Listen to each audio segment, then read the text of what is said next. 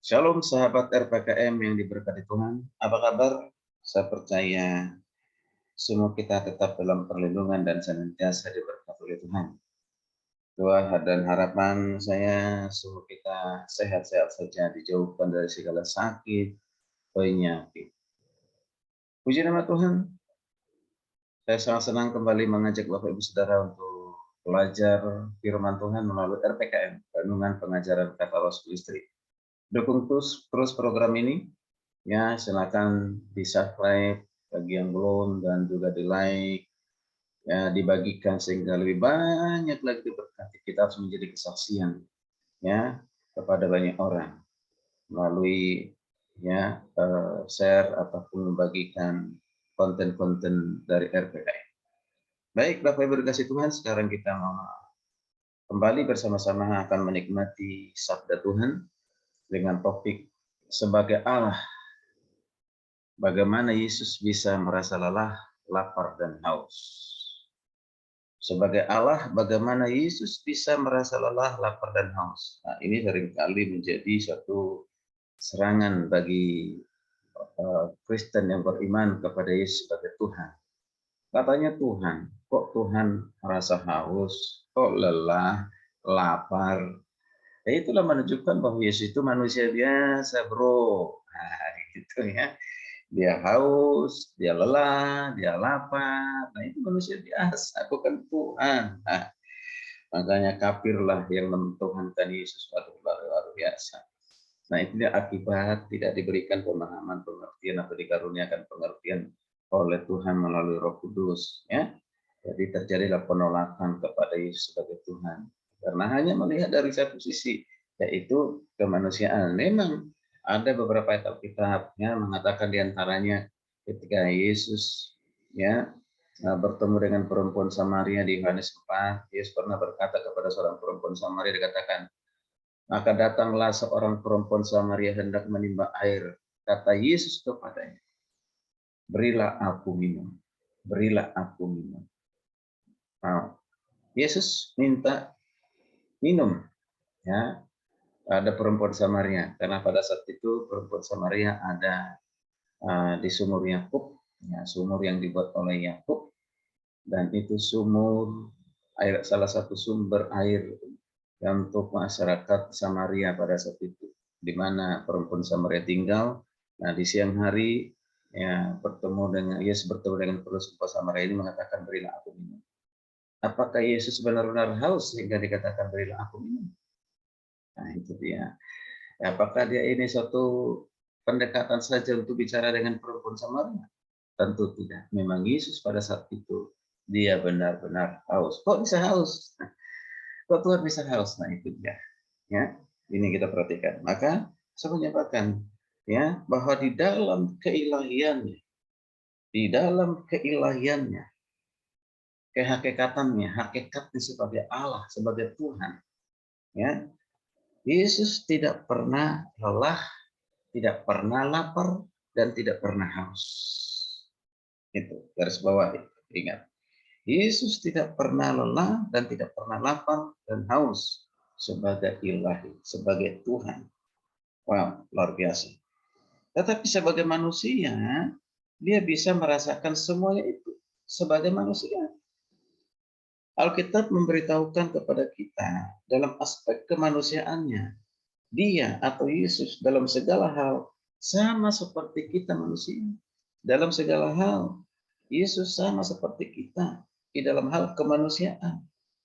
Apa yang kita dapatkan dari kitab-kitab Injil ya merupakan laporan dari para pendengarnya tentang apa yang dikatakannya, yang dikatakan Yesus. Nah, sebagaimana Yohanes memberitahukan kepada kita, dikatakan di dalam Yohanes 21, saya akan baca Yohanes 21. Yohanes 21 berkata demikian. Yohanes 21 ayatnya yang lihat ayatnya yang ke-25 berkata demikian. Nah, meski banyak hal-hal lain lagi yang diperbuat oleh Yesus, tetapi jikalau semua itu harus dituliskan satu persatu, maka agaknya dunia ini tidak dapat memuat semua kitab yang harus ditulisnya. Ya. Nah, kita perhatikan di sini. Ya, dimaksudkan di sini catatan ini mengatakan bahwa banyak hal yang dilakukan, dikerjakan oleh Yesus tidak tercatat dalam Alkitab. Maka oleh dicatat itu, ya, nah kalau dicatat tidak muat, dikatakan ya. Nah, ini luar biasa. Kalau kita perhatikan, ya, ayat ini menunjukkan bahwa banyak peristiwa-peristiwa yang sudah dilakukan oleh Yesus tidak dicatat. Nah, berarti termasuk apa? Peristiwa-peristiwa kemanusiaan ataupun pada saat dia ya berinkarnasi di dunia ini, dia tinggal, ya banyak hal yang nggak ditulis karena yang paling penting ditulis itu bukan masalah kemanusiaannya saja ya yang ditonjolkan, tetapi keilahiannya. Jadi catatan dalam Yohanes 21:25 ini sangat tidak sempurna dan tidak lengkap dikatakan, tetapi cukup untuk memenuhi maksud yang ada dalam pikiran para penulis Alkitab. Nah, selain itu masih ada keraguan tentang seberapa banyak dari keilahian yang telah disampingkan oleh Yesus sewaktu dia menjadi manusia. Artinya, tidak menggunakan keilahiannya ya, demi pendekatan dan demi misinya kepada manusia. Kalau Yesus langsung menggunakan keilahiannya, maka tidak mungkin dia bisa mendekati manusia yang dikasihnya untuk diselamatkan. Dari sisi keilahian, Tuhan Yesus itu Maha Suci, Maha Kudus. Sementara manusia adalah manusia berdosa. Bagaimana manusia berdosa bertemu dengan yang Maha Suci? Itulah sebabnya Yesus seringkali mengesampingkan atau tidak menggunakan, rela tidak menggunakan keilahiannya demi kasihnya kepada manusia supaya manusia mengetahui, memahami bahwa Yesus yang Tuhan telah menyatakan diri di tengah-tengah mereka yang berinkarnasi di dalam pribadi Yesus Kristus. Sekarang Tuhan seperti apa yang dikatakan oleh Paulus dalam Filipi 2 ayat 7. Filipi 2 ayat 7 dikatakan di sana ada kata, ia telah mengosongkan dirinya sendiri. Telah mengosongkan dirinya sendiri. Yang disebut dengan kenosis. Mengosongkan dirinya sendiri. Ya. Mari kita perhatikan bersama-sama kata mengosongkan diri atau dari kenosis itu. Ada beberapa pengertian. Ada mengatakan mengosongkan diri berarti Yesus melepaskan, menanggalkan keilahiannya supaya dia bisa mati. Nah, berarti kalau itu benar, berarti ada saat tertentu, entah itu berapa jam, entah berapa hari, ya, atau pada saat dia mati dan dia ada 3 hari dikubur dalam kuburan. Nah, berarti Yesus mati pada saat itu juga keilahiannya meninggalkannya. Ya, artinya ada orang mengatakan kembali kepada Bapa yang memberi. Nah, terus terang saya kurang setuju dengan hal itu. Ya, saya tidak kurang setuju dengan hal itu. Kalau Yesus pernah melepaskan, menanggalkan keilahiannya, berarti dia pernah tidak menjadi Tuhan. Dia pernah tidak menjadi Tuhan. Yaitu entah itu berapa jam. Nah, yang kita tahu bahwa Tuhan itu kekal. Tidak pernah ada hari ini Tuhan, besok tidak. Pada saat dia sebelum dia dibaptis dia Tuhan, tapi setelah dia dibaptis dia Tuhan. Atau sebelum dia mati dia Tuhan, tapi setelah dia mati dia bukan Tuhan. Nah, itu dia. Luar biasa. Maka di sini kita bisa harus membedakan antara ya kemanusiaan dan keilahiannya. Dari sisi keilahian, Yesus tidak pernah, keilahiannya tidak pernah mati. Keilahian Yesus tidak pernah mati. Itu kekal adanya. Nah, maka dikatakan telah mengosongkan dirinya sendiri. Ini lebih pada pengertian dengan rela. Yesus tidak menggunakan keilahiannya supaya dia bisa jadi manusia, supaya dia bisa menjadi hamba, yang supaya dia bisa mati di kayu salib. Nah, dia harus menjadi manusia, saudara Tuhan. Ya, dia apa? Dia mengosongkan dirinya dalam arti dengan rela tidak menggunakan keilahiannya. Apa dengan si Tuhan?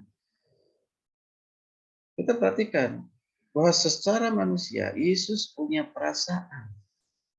Ya, dia bisa menggunakan perasaannya. Dia bisa dikatakan seperti haus dan lapar. Ya, ini benar-benar Yesus adalah manusia atau manusia sejati seperti kita. Nah, tapi perhatikan, Yesus melepaskan diri dari sifat-sifat seperti ya menahan rasa lapar. Nah, pada saat dia menyatakan diri sebagai ilahi, dia mampu untuk tidak makan dan tidak minum. Ya, tidak minum, bahkan tidak lelah sebagai tindakan keilahiannya. Nah, sahabat RPKM adalah perlu untuk menjadikan dia dalam segala hal sama dengan saudara-saudaranya sebagai manusia. Ya, Yesus lahir dari benih ilahi, tapi secara jasmani masih ada adik-adiknya yang lahir dari Maria. Ya, dari Maria itu saudara di dalam saudara sebagai saudara. Ya, nah itu sebagai saudara di dalam pengertian ya hubungan keluarga. Tetapi dalam hal keilahian, Yesus adalah anak Allah itu diwujudkan, ya, diwujudkan atau dinyatakan sebagai manusia di tengah-tengah kita, di tengah-tengah bangsa Israel, yang adalah Tuhan dan dia juga adalah manusia. Jadi ada saatnya Yesus melepaskan kemanusiaannya pada saat menunjukkan keilahian kepada manusia ketika mengatakan anak manusia dapat mengampuni dosa. Yang mengampuni dosa, anak manusia itu Yesus katakan dapat mengampuni dosa. Mengampuni dosa hanya dapat dikerjakan, dilakukan oleh Tuhan. Yesus mengatakan demikian, maka dia adalah Tuhan. Luar biasa. Tapi ketika mengatakan di kayu salib, ada suatu perkataan dikatakan, aku haus. Nah, kita lihat, ada mengatakan, aku haus. Satu firman Tuhan, kita akan baca, saya akan baca. Firman Tuhan berkata demikian di dalam Yohanes 19 ayat 28. Sesudah itu karena Yesus tahu bahwa segala sesuatu telah diselesaikan, setelah selesai berkatalah ia, supaya genaplah yang ada tertulis dalam kitab suci, aku haus. Ya, aku haus. Luar biasa. Bapak Ibu dikasih Tuhan, di kesimpulan renungan ini, maka kita harus memahami dengan baik dan benar. Pertama, Yesus adalah manusia sejati. Dan sekaligus Yesus adalah Allah yang sejati. Biarlah kiranya karunia Tuhan, hikmat dari Tuhan, mampukan kita untuk mengerti kedua hal ini. Terpujilah nama Tuhan, kiranya renungan pengajaran ini boleh menjadi berkat bagi semua sahabat RPKM. Jika menjadi berkat sekali lagi, silakan dibagikan kepada yang lain. Sampai ketemu di renungan berikutnya. Salam, Tuhan Yesus memberkati kita sekalian.